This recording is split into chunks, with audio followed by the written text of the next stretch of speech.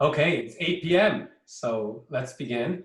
What I will do is I'm going to put everyone on mute now, but you can unmute yourself if you have any questions at any point. So you're welcome to unmute yourself just to keep the background noise quiet. We'll put everyone on mute for now, other than our guest speaker.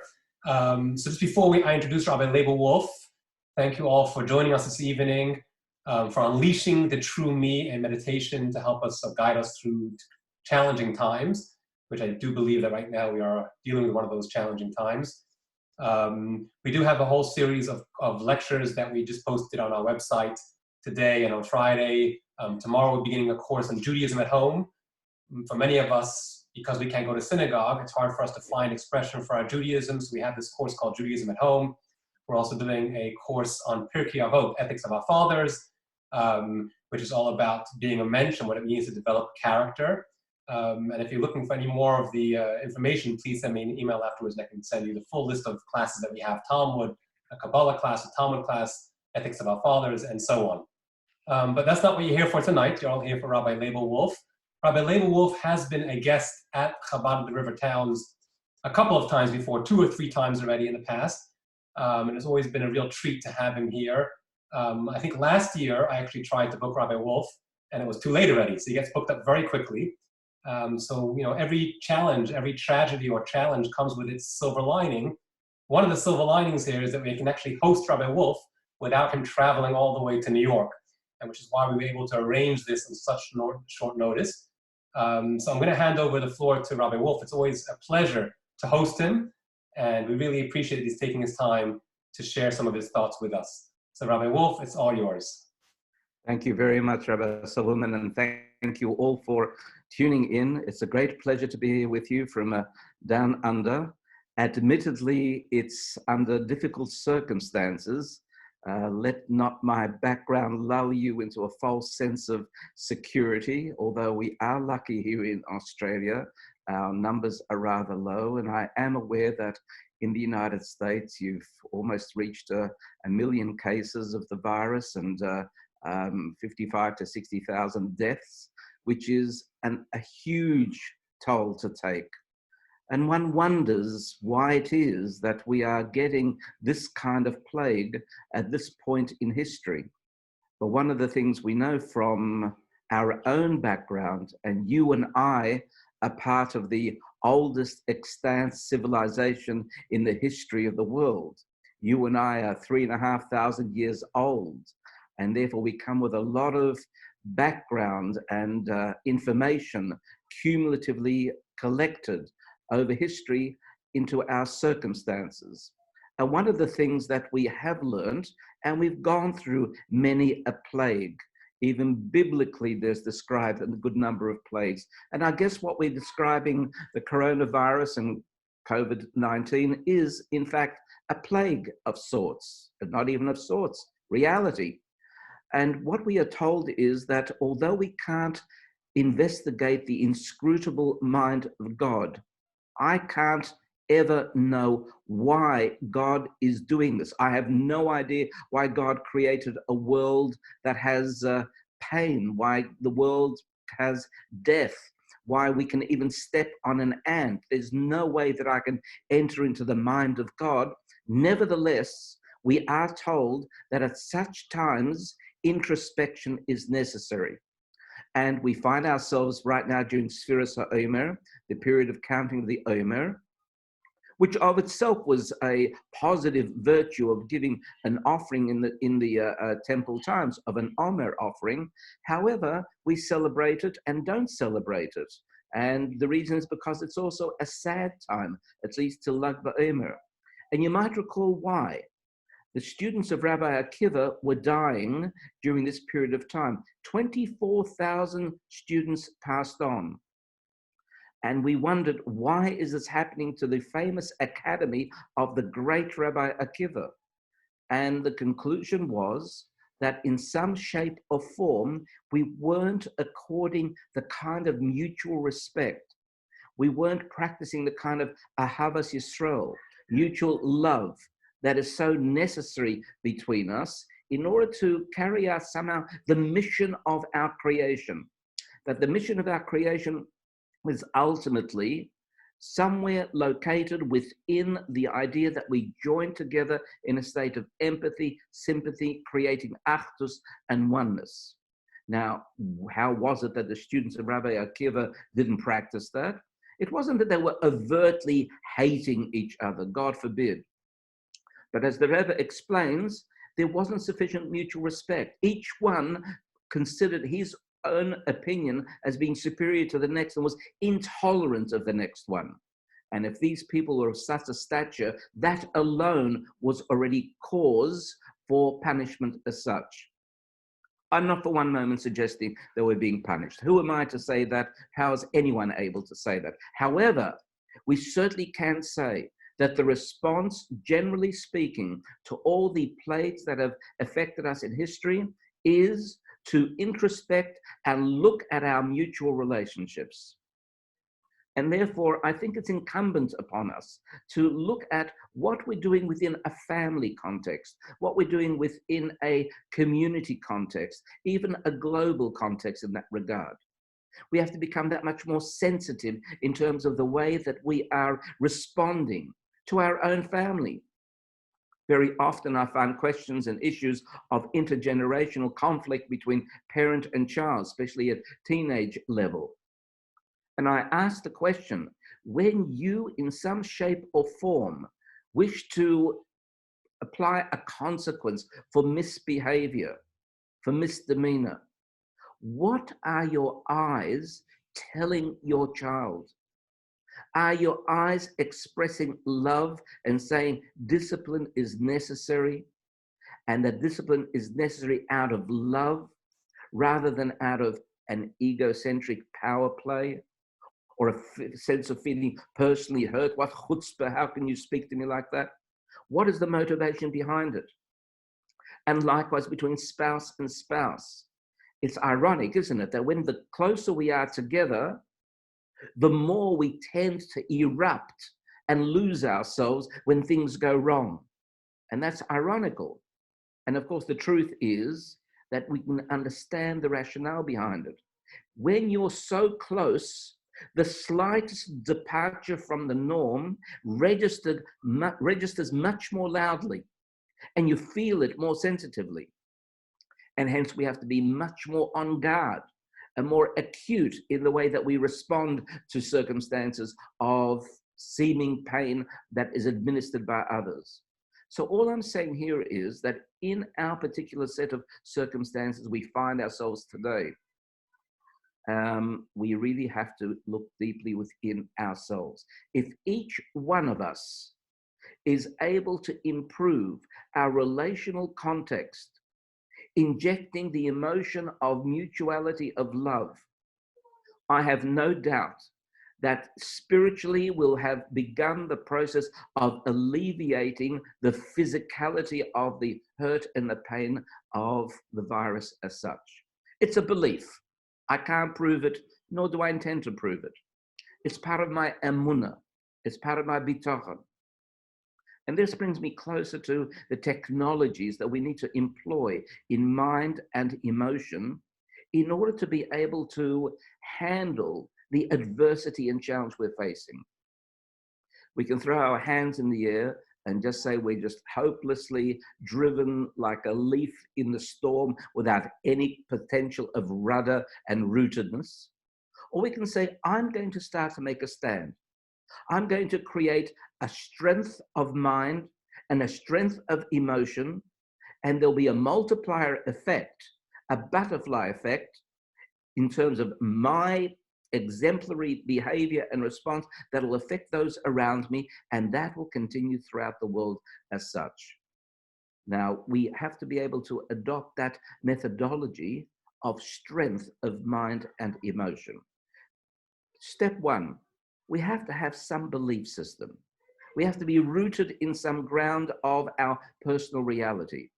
So the first axiomatic proposition I suggest we adopt is, this is purposeful in ways that we cannot understand, that there is design in the cosmos. We see it constantly when we look into the micro level of matter and notice that in the current knowledge quotient as to what matter is, mainly there is space. When the quest to try to find what is the nature of subatomic particles and looking for the Higgs boson and other considerations of how reality it takes place, one of the things that the physicists tell us is mostly everything is spaced by a huge overwhelming majority of spatial relationship. Then they were asked the question, how is there matter? How is there even shape? How is there even form? Somewhere in that space lies the energies, the breath of creation.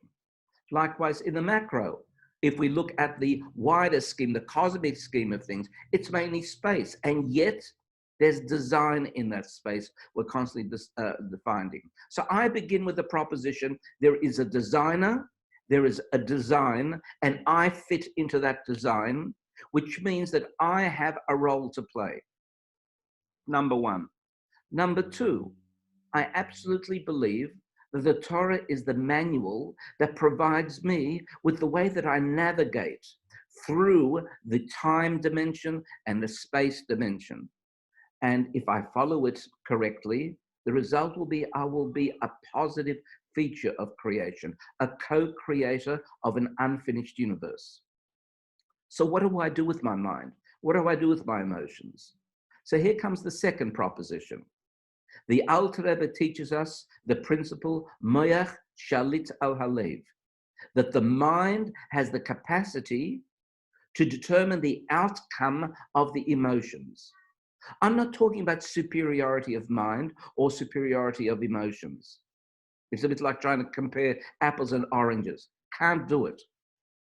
However, I am saying that in the system and design of the human being, we have the freedom to choose to direct our feelings appropriately or lose ourselves and not have the sensibility of mind to direct our emotions as they could be optimally. How do we actually practice that dynamic? And what do I mean by that dynamic? So the dynamic must be, especially in such times, emunah and bitachon, an absolute trust that Hashem is designing this and that I have a role to play to alleviate any of the challenges. Me individually, you individually have that capacity. Take yourself seriously and to be able to accord yourself the esteem of being a player in this world as such. Not just a digit, a statistic, somewhere along the scheme of things meaningless, but quite the contrary. You are a whole world. You are a whole being. Okay, mind and emotion, emunah and bitachon. Let's talk about those things for a few moments.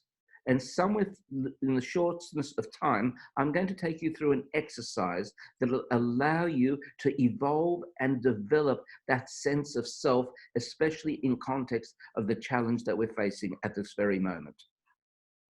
What is emunah or what is bitachon? We translate these words. Emunah means faith. Bitachon means trust. But the Rebbe explained it in a much more specific manner. He explained it as follows. Emunah is the belief that everything that has occurred to me in the past is for my present good. Everything, somehow or other, has converged to this moment, coalesced for a meaningful present moment. Even if, God forbid, it's been painful, even if I've had to face challenges, whatever it might be, has led to this particular moment, purposefully, and in a state of beneficence. The nature of good is to do good. Teva hatov lehitiv. God is good. Notice the spelling of God, G-O-D, and good, G-O-O-D. It's not coincidental. And the result is this moment is purposeful. That's emunah, a consciousness, a mindfulness that everything that's taking place now is exactly the correct moment for me to say my lines on the stage of life. Bitachon, the second phase, means every challenge that I'm facing now will have a positive outcome. This is very, very important in this very moment of time. Every challenge I'm facing in the present moment will have a positive outcome. So, Emunah deals from the past to the present. Everything that has occurred is for my current good. Bitachon is from the present to the future. The challenge I face now, how I'm facing the social isolation of trying to protect myself from the virus, and how I rapport with the rest of the world and people at large, that will become a positive outcome. Of course, axioms aren't provable. That's why it's called an axiom. It's an assumption. And I want you to adopt this assumption. I want you to adopt these assumptions. Number one, there's design in the universe. Number two, that I am a player.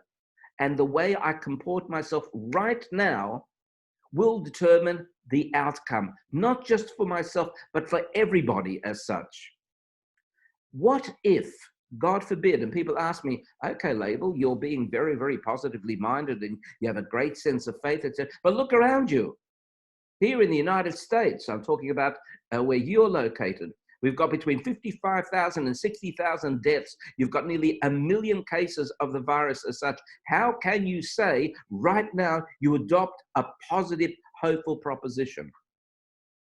There was a very famous individual in history, and he always responded to adversity saying, Gam zu l'tova, that this too somehow is for the good. Who are you and I to play God and say that a person's lifespan, the reason for their soul's journey through this reincarnation has started, is finished, is in the middle, or otherwise? We don't have the spiritual eyes to see that. Things happen because they're part of a design. It's not the end. You and I have lived many, many times over. We have had many journeys into this world as such. It's called reincarnation, Gilgul HaNefesh. And each journey relates to the next journey and to the past journey. And there are specific time spans for us to carry out that journey. And it's all for the good. Hurtful as it might seem, very often it's someone close to us who, God forbid, is ill or has passed away. And we tend to lose faith because of it, without realizing that we have to have the strength of mind and emotion. So here comes again the prelude to the exercise I want to share with you. And it is this: our attitudinal response is responsible for our feelings. The way I choose to respond to the exigency of the moment, the way I interpret it, will determine my feelings. If I'm going to be in a state of fear, anxiety, worry, that means that my mindset has contributed to it. You cannot have a feeling without a mind disposition taking place first. Mind will always come first. As a consequence of mind, that's the way the feeling will be. The training program, and I'll come to the word meditation in a moment, is therefore obvious. How do I train my mind to unhabituate? Because our general habitual response mechanism is to be afraid of those things we can't control, that we can't exercise power over. Therefore, how will I respond intellectually, interpretation of the moment of this virus? Now, at least be neutral. At least be honest and say, I don't know. But underneath there was that axiom, There is purpose, even if I don't know how, and therefore I choose to be optimistic. Here comes the basis of all the meaning of life. I choose. Bechira chavshis, free choice. Hashem has provided us with a singular key to the meaning of life. What would it be if we didn't have free choice? Who would we be if I didn't have the freedom to do the most horrible, awful things, or choose to do the wonderful, positive things? If I didn't have that freedom, who would I be? I'd be a robot. I would be an automaton. I'd be a chemical. I would be an amoeba, totally devoid of meaning. It's ironic. It's my capacity to cheat, to hurt, on the one hand, or to assist and help and alleviate, on the other hand, that gives me the meaning of life. This is what I want you to do. I want you to choose an attitudinal response to our current circumstance. And that is one of humility. I don't know why. To answer that, I have to enter into the mind of God. Can't do that. Therefore, I'll simply adopt a position that there's purpose and design, and I will choose to be optimistic. Can't prove it, but then you can't disprove it. Let no one tell you that there's greater virtue in being a pessimist. It's at least 50-50. And if it's 50-50, choose the one that's going to work best for you. Is it going to work better for you to be a pessimist or to be an optimist? Choose it. That will determine your feelings. The resultant feelings will be either ones of intense anxiety, worry, a sense of defeatism, or it'll be one of brightness, hope, the capacity to then go in a positive disposition in your relational life and relational context. So I want to take you through, in a moment now, through a meditation exercise to try to strengthen that particular posture that we should adopt at this particular moment in time. But before I do, might I pause and see if there are any queries or questions, comments that you might have at this very moment before we move into the more meditative portion of our session. You should be able to unmute yourselves. If you have a question, just press unmute. I have a quick question. Certainly. My question is, you had mentioned that an amoeba didn't have a purpose in life, sort of, but they're also a creation of God, and there must be a reason for them having been created. Certainly. Even an amoeba, even an inanimate object, you know. Absolutely. There's a purpose for everything that exists, I guess. Absolutely. I may have not made myself clear. I wasn't saying there wasn't a purpose. I was talking about the dynamic of free choice. I doubt that an amoeba has free choice.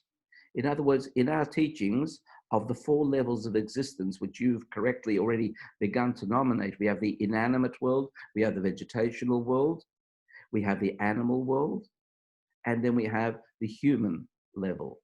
And each one is different from the other in terms of degree. We're all made up of matter. We're all made up of the basic nefesh level.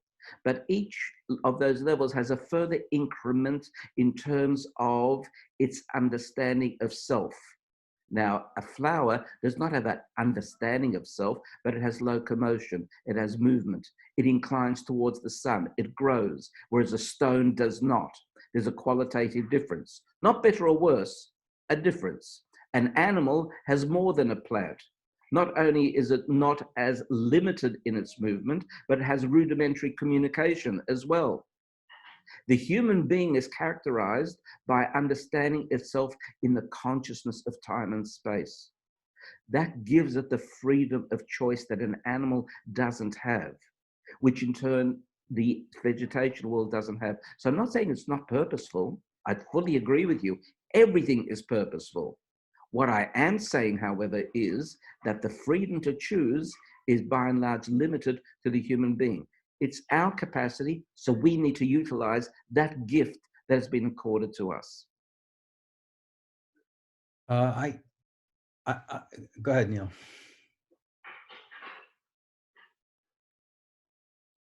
Alec, you're on, Alec. Alec, go ahead. Oh, Well, yeah? I'm Oh, sorry, okay. I was muted. So when I said you first, Oh, nobody did you? I heard didn't it. hear you. Okay, go ahead, Neil. You were. Oh, okay. Thank you so much. So, Rabbi, thank you very much for your talk.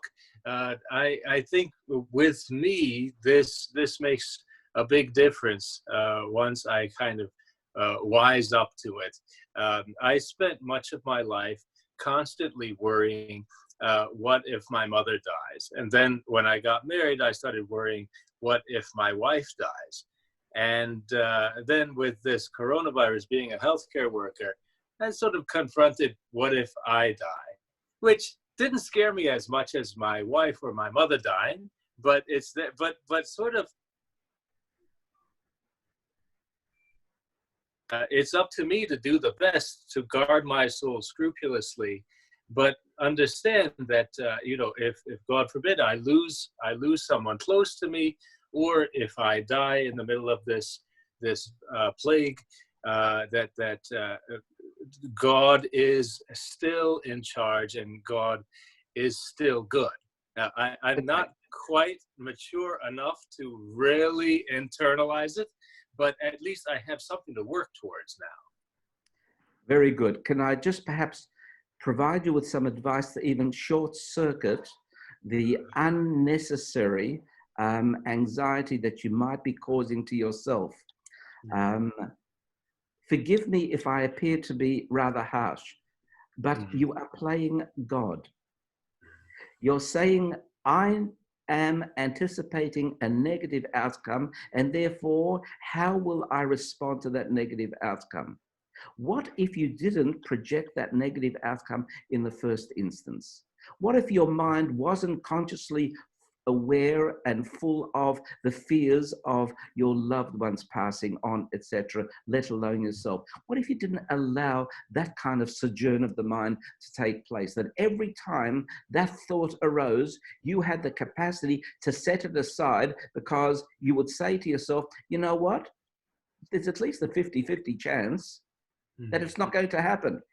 So why should I ridiculously project myself into the 50% of negativity? I'm not even going to address it, because there's a unnecessary extra pain level I'm adding to myself that I need to contend with. And you might end up positively contending with it, but I'm saying the contention itself is unnecessary. And therefore, I think Lahatchila Ariba, it's the birthday of the Rebbe Marash, and the Rebbe Marash always said, if you can't go under, you can't crawl under, jump over. But he said, no, don't even think of crawling under, jump over. Now that's a general proposition. Jump over, get rid of the initial concern, and you won't have to contend with it in the first instance. That would make a big difference in my life. Thank you, Reb. Rabbi, I really enjoyed your talk, especially because those of us who find it difficult to believe in this idea that everything is beautiful, everything is for the good. I'm someone who looks at science and looks, and that's how I live my life, basically. But I completely agree with you that belief in itself is a tremendous value. That the truth, because I notice you don't know the truth. We don't know it for sure, although people know it in their heart, etc. But I believe that the belief itself it works, and because it works, it is rooted in science, in my opinion. And that's why I follow the Torah. I read the book called Positivity Bias, which I would recommend to anybody, which is the Rebbe's teachings about the belief, these beliefs. So if I don't want to feel guilty, about believing in something that's not true, but based on data, based on science, it works. Very good comment. And I don't want to suggest to you that belief is blind. There's an intellectual underpinning to it as well, meaning you can, and you're a rational person, as you said, can conclude the way that I have, that not only I'm adopting the axiom that there's meaning to everything. And I'm not saying everything is hunky-dory and beautiful. I'm not saying that for one moment. You and I know that's not the case.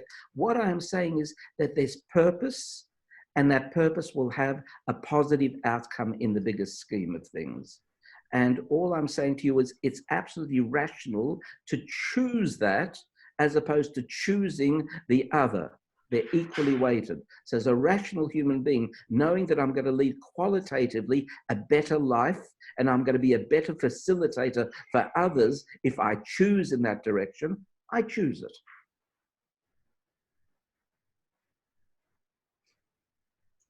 If anyone else has a question, you're welcome to unmute yourself now. Otherwise, we'll continue with the program.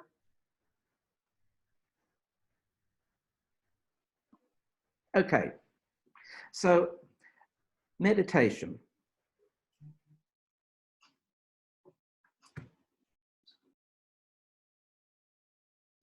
Was commenting on the wave of Eastern meditation that was sweeping through campuses and other corners of Western world, and especially in the United States.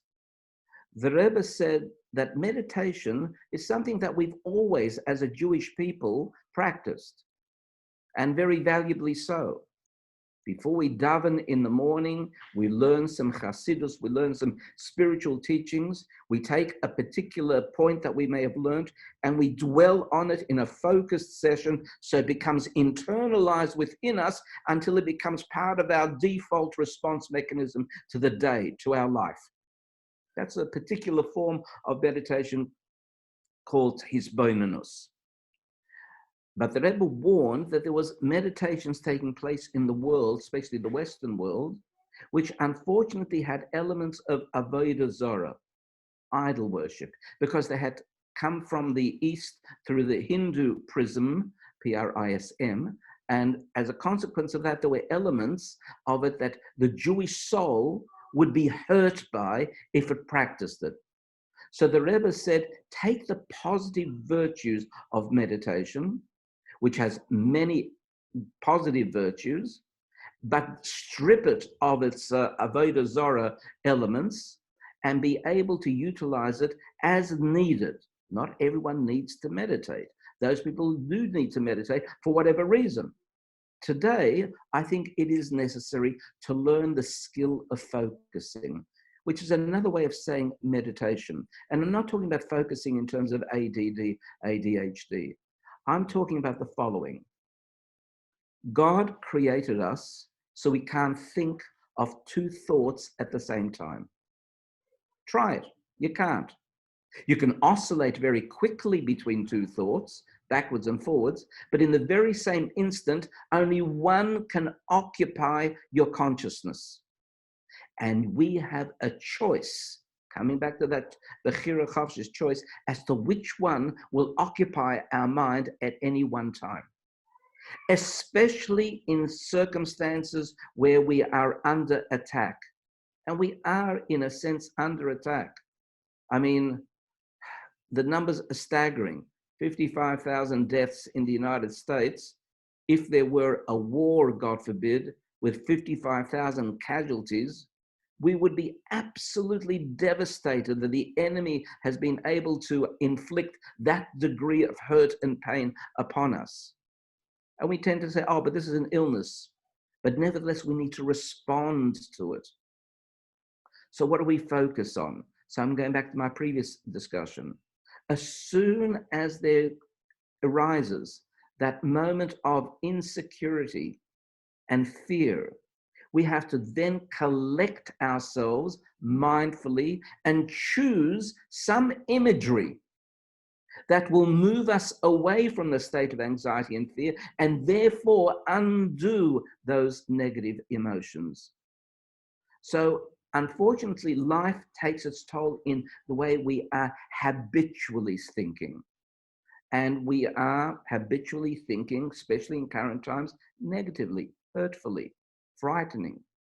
And therefore, we need to undo it. So I want us to adopt some positive picture. I'm going to take you through a form of picture-oriented focusing, I'm using the colloquial term at the moment, I'll give you the technical terms shortly, that you can actually take that slide, slip it into your mind at the very moment that you know you need to do so. In other words, to break the circuit of the flow of grooves that have been set down in the mind, in the brain, because a thought process means that there's a pathway of flow that's taken place, and the more that that particular line of thinking is adopted, say fear, the easier it is to arise, so become more and more fearful.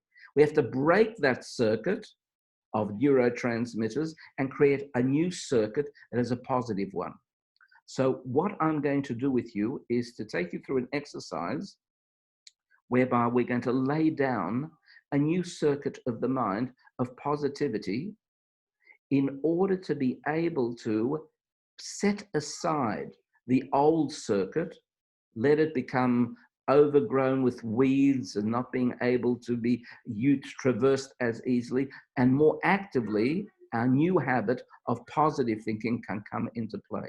So I'm using meditation in this instance as a mind training tool to be able to dehabituate negative thinking leading to negative emotions and adopting a positive reading resulting in positive emotions. Are there any questions on that? Okay, so I'm going to take you through it and you'll sort of get a sense of what I'm talking about. I want you to close your eyes only because that allows us to have less interference from the outside so we can move more pointedly on the inside. I want you to conjure up in your mind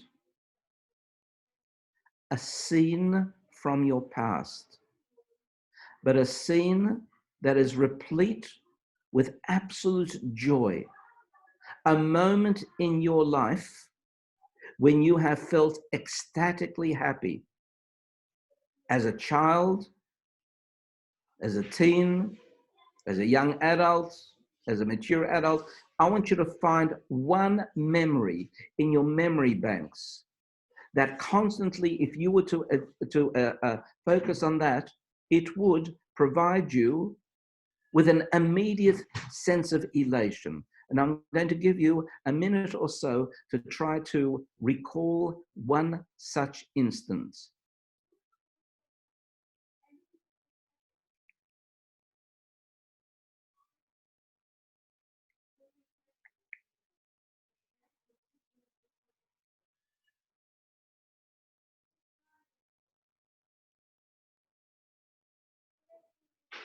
Now, assuming that you have located one such image from your past, I want you to explore it. I want you to see yourself there. How were you dressed? What were the colors of your clothing? Who was present?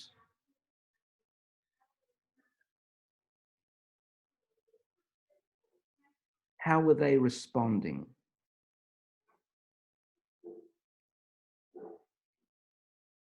Was it inside? Was it outside?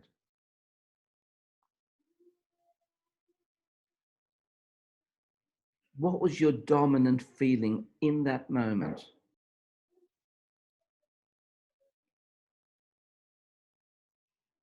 Relive it. Feel that moment. What were the sounds?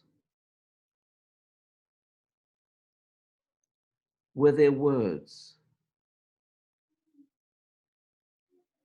What were your words?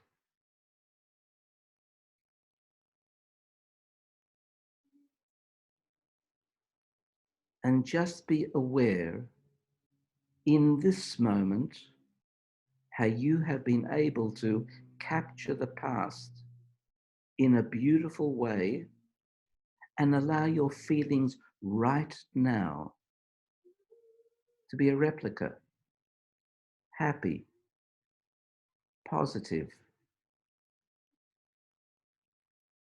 For this moment, you have kept the world at bay with all its trials and tribulations and chosen to experience a moment of happiness, positivity, hope, and expectation. Spend another moment enjoying the experience, being aware that through your mind, memory, recollection, you have created feelings and emotions. And you can do this whenever you choose, especially when you find yourself momentarily thinking the opposite. Just take the slide and slip it into the projector of your mind and spend 60 seconds breaking the old habit of negativity and reinforcing and laying down the new track of optimism.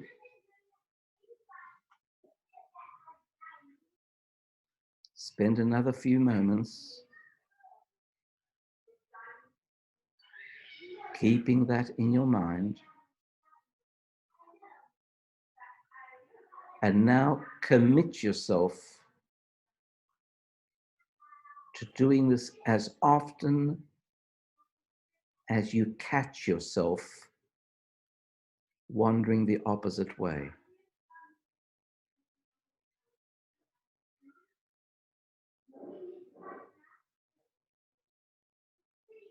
Slowly begin to open your eyes,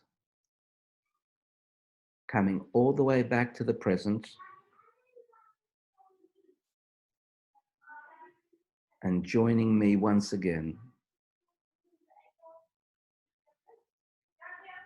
Now, this is a simple exercise, but it's one that's awfully powerful. But like all things in life, things work when you practice, practice, practice. In other words, by repeating something, you reinforce the new neural network of the mind. And therefore that needs repeating because you have an old habit that needs undoing and a new habit that needs to be laid down. So I would advise, by way of practice, 3 times a day for between 1 and 2 minutes. That's not a highly demanding kind of time span. Morning, midday, evening. Take yourself back to that particular moment, or find 1 or 2 other moments so you have a wider repertoire to choose from. And practice it. Not even if you're under stress, not even if you're worried, just practice it.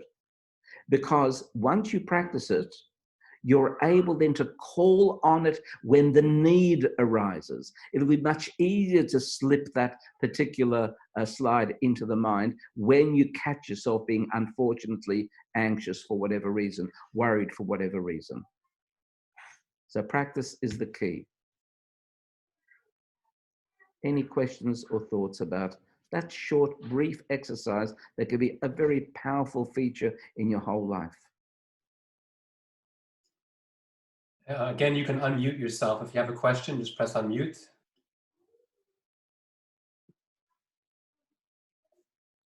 Irene, go ahead. Okay, thank you, Rabbi.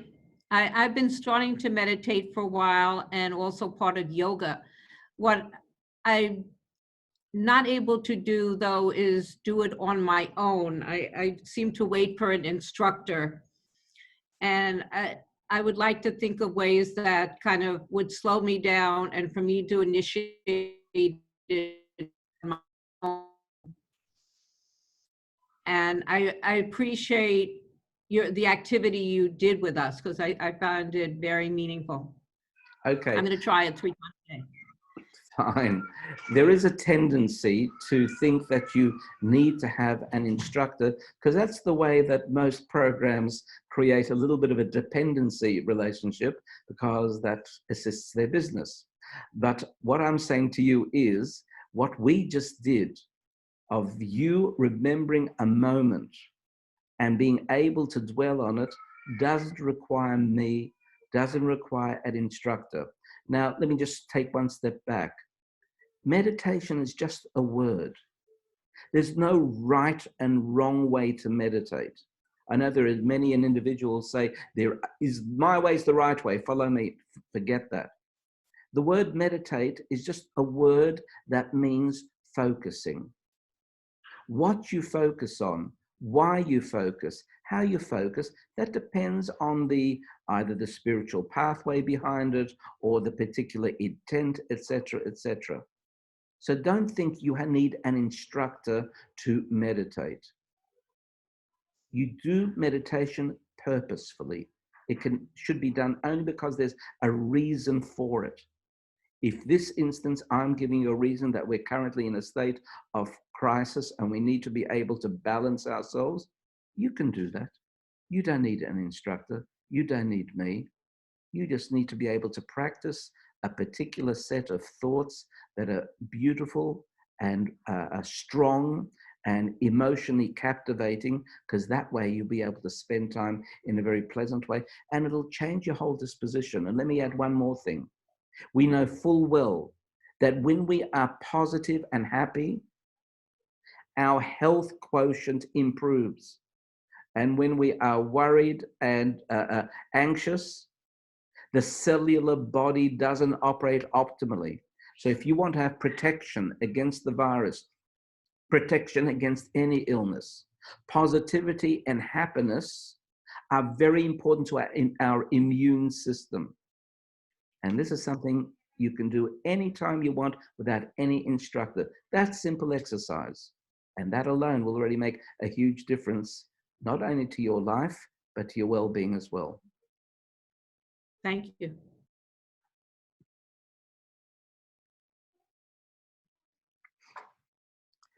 If anyone else has a question, now's your chance. You can unmute yourself.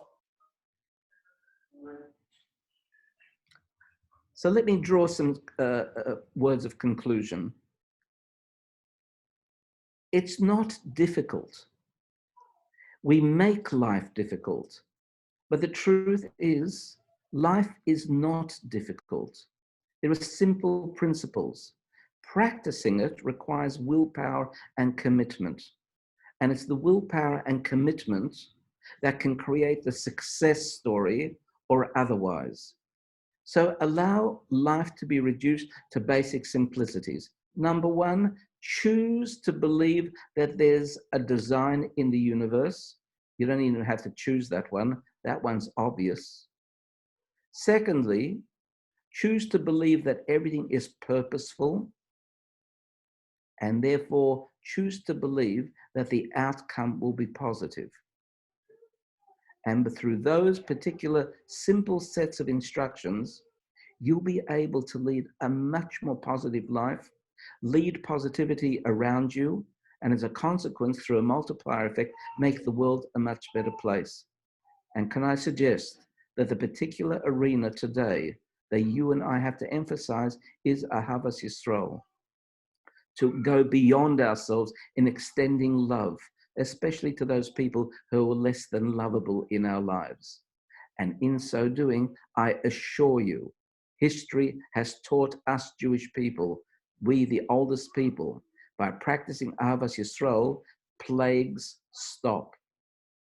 Do it. Thank you. Thank you very much, Rabbi Wolf. We really, really appreciate you joining us tonight all the way from Australia. And we hope you're safe and in good health and your family's in good health. And best wishes from our entire community. Thank you everyone for joining. Hopefully we'll see you tomorrow for the Judaism at Home course, either at 10 a.m. or at 8 p.m. It's the same link as tonight's meeting. Thank you once again, everyone. Have a wonderful Thanks, rabbis. Thank you. Pleasure. Thank you so much. Pleasure. Good night. Good night. Thanks, Rabbi. Good night, Alex. Bye-bye. Be well. Good to see you. You too.